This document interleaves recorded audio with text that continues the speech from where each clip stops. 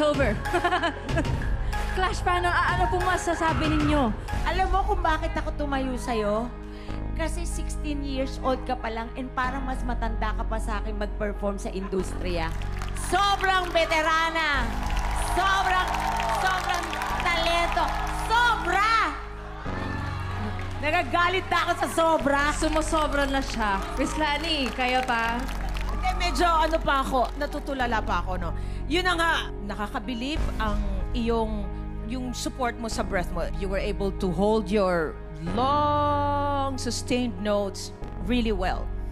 At saka yung pag-glide mo, pataas was flawless. Even if it was really high notes, it wasn't hurting my brain. Now, here it is. Ang na-notice ko, you were like doing a lot of movements. Maybe you can lessen that a bit.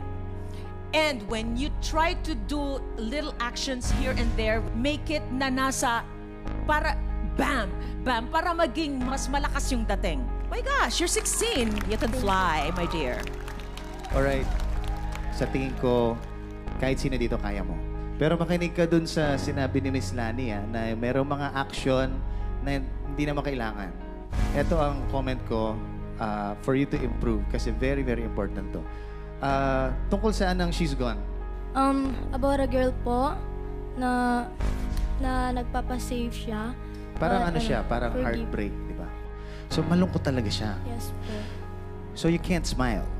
Alam niyo yung meaning talaga ng kanta.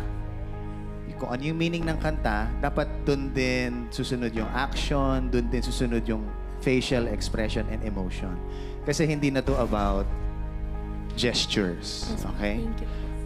But going back, you're one of the best voices I've ever heard.